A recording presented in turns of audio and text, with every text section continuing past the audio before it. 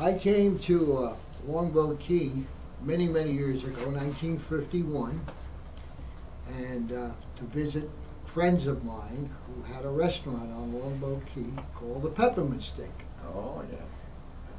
John and Mildred Ashcraft. And one day, while visiting with them and driving back towards Sarasota, I passed the trailer park. And I thought, having never been in the trailer park before, I thought I'd go in and see what it was all about. I did so. I also had a dual purpose. I wanted to pick up some stamps, and the post office, I was told, was in the trailer park. Now, did we get your name? I'm sorry, did we get... Oh, no, we didn't. Okay. We didn't. You want me to give that now? Sure, Okay. that would be good. These are my reflections. My name is Al Jantzen, and I've been on Longboat Key on and off for 60 years now. In the trailer park, and then I lived up at the north end here. I rented some property from Cecil Schofield for a number of years. And these again are my reflections of the early days, my early days here on Longboat Key. I mentioned I went into the little post office. I think Mr. Williams was the postmaster at that time, but he wasn't there, and there were two women in there. One of the women was Gladys Weber, who she told me that was her name, but she wanted to be called Dutch Weber. Yeah. And that was Nelson Weber's wife, and he was one of the three owners of the park. The other one being Tommy Juergens, and Tommy Juergens' father-in-law, Lou Garman, were the three original owners of the park. And that they opened the park in 1948. They bought it in 47, but they didn't open until 48. And they put the three roads in, the North Road, the Main Street, and the South Road. And they built, the first building they built was a building that's now being used as a real estate office out in front. But that was a general store. And it was one of only two general stores on the Key at that time, the other one being up here on Broadway. And in back of the general store was their office, the park office. And I remember walking around. I asked if it was permissible for me to walk around the park, and I said, yes, it is. And they said, yes, it was. And I noticed a couple of men digging a big hole, and I went over and I asked them what they were doing, and they said they were putting septic tanks in. And that was a very tricky job on Longboat Key back in those days, because if you didn't anchor them properly at high tide, they'd float and break the connections, and then you had all kinds of problems. While I was talking to them, a Jeep pulled up. A man got out and came over to me, and we shook hands, and he told me his name was Tom Juergens. He was one of the owners. And that was really the beginning of a long, long friendship. Tommy and I knew each other for many, many, many years. And I asked him to tell me a little bit about the park, and he said that this park, they were trying to get people who would come there to eventually retire there. That was their aim. Not stay just a month or 2 months or for the winter season. Yeah. They wanted people to retire there. And they had a lot to offer. They had the beach and swimming and sun tanning. They built a T-head dock out into the bay, a fishing pier. It was about 150, 180 feet long, something like that people could fish off of. And but the thing that he was most proud of is they had private baths. The only trailer park, I guess one of only two on the west coast of Florida, that had private baths. And that was the big selling point, and that's what they were pushing. And most of the people that they had there then were from the Midwest, Ohio, Michigan, but mostly Indiana, as I remember. And at the time, he had 125 rental lots about half were taken, and most of the people were permanent, which became very important a few years later, because when they wanted to build the public beach on the key here, they wanted to build it right in front of the two trailer parks, and the only way that they could stop it was to incorporate, and I think at that time we had less than 150 permanent residents on Longboat Key. Yeah. Just compare that with what, the 6,000 or 7,000 we have today. Right. But anyway, at least half of the votes for incorporation came from the two trailer parks. And that put it over the top. Wow. We were allowed to incorporate, elected Yeah. a mayor Yeah. and a board, and that stopped, of course, the beach from going in. But more importantly, I think it was a couple of years later, when Mr. Davis came along, and he liked what he saw on Longboat Key, and of course he invested through a Vita Corporation, millions and millions of dollars. I don't remember how many, but I think it was in excess of $50 million he invested on Longboat Key. And he mentioned in several talks that he would not have invested as heavily as he did if we were not incorporated.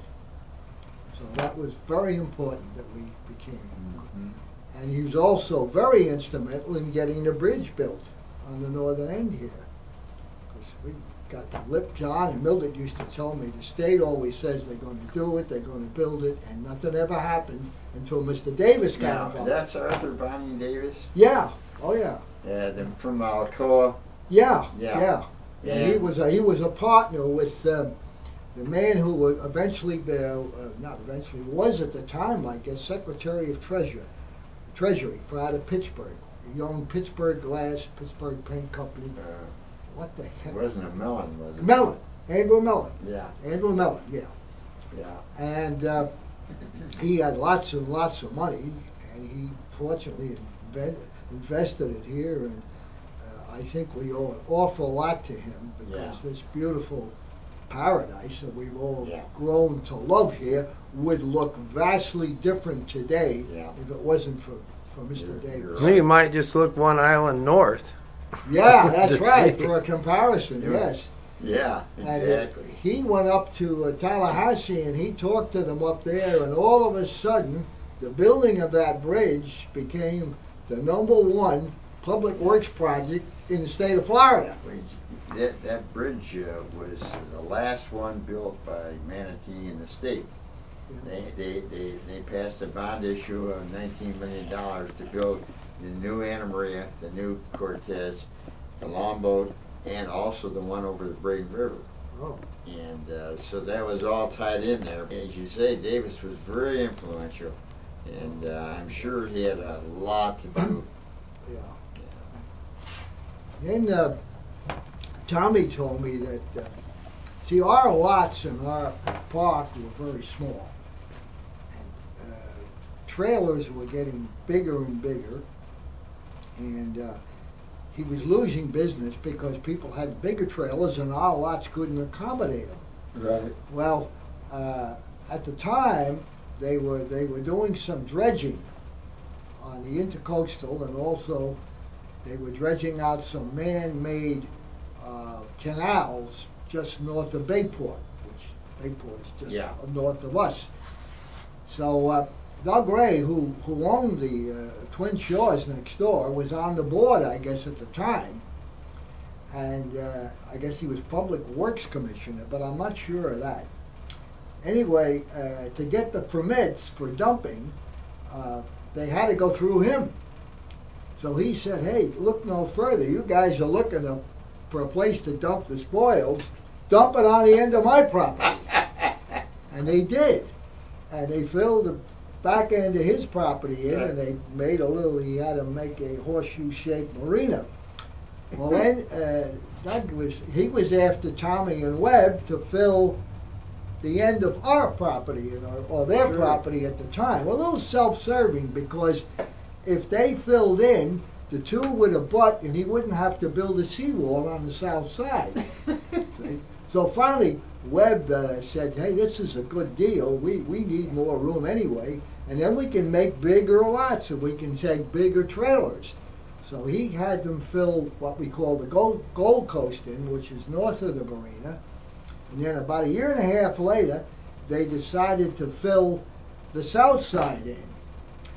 And by that time, the dredging company had moved on. Their job was over. So they had to hire a dredging company to come in, dredge our marina out, put the spoils on the south side, and then they had to bring additional fill in to complete the job. Now we were faced with a long seawall on the south side.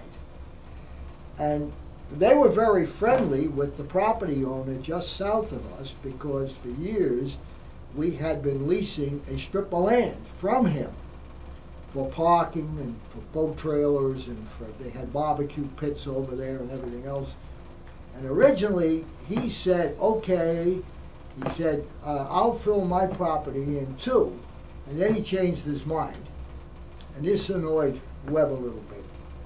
And he never did fill it in. We had to build this 500-foot seawall. Wow. The owners did. And then a couple of years later, he sold the property to the people who built Buttonwoods Cove. And when the property was sold, of course, we couldn't park there anymore. We couldn't use it as parking. And it's a problem that we're living with in our park to this day. We don't have enough parking.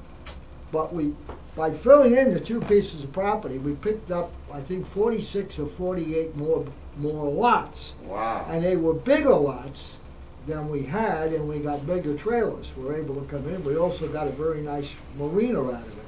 Sure. But it was a costly proposition. And, but it worked out well. The thing that they should have done in hindsight is they should have purchased that strip of land that was offered to us, and we didn't buy it. But you win some, you lose some. Were you retired all this time? No. I worked for Texaco for years and years, and I would come down here whenever I could on vacation time. My parents bought into the park in '58, and I didn't buy in until '62, actually, and bought a unit across the way from them. At the time, I wasn't married, and one of the park rules was that you had to be married. The operative word was big. They would rent the couples. The operative word was married. They had to be married. You could have pets, but they had to be in a certain part of the park, over on the south side on 5th Street, and you couldn't have children under the age of 14. Well, that's a good idea. Oh, great idea, yeah. Do you think we can show some of the pictures? Can we Sure. get into that? And I mean, we can continue talking, but Yeah. what I'd like to do is I'm just going to pause for a minute. Okay. So we're on that general picture. Now, Yeah. what is that general picture there? It's a picture of events at the park. What it is, in principle, it's a picture of one of the owners, Tom Jurgens. Okay. So I'm going to zoom in on him. You want to say anything about him, or he was just a friend of yours? He was the man that really guided our park, one of the founding fathers, and what we have there today, he was most responsible for, and we bought the park from him in 1992. It's the man with the white hat on. Yes. Okay. Yep. So I'm going to back out, and I'm going to pause for a second, and we'll get another picture, okay? All righty. Okay. This is just a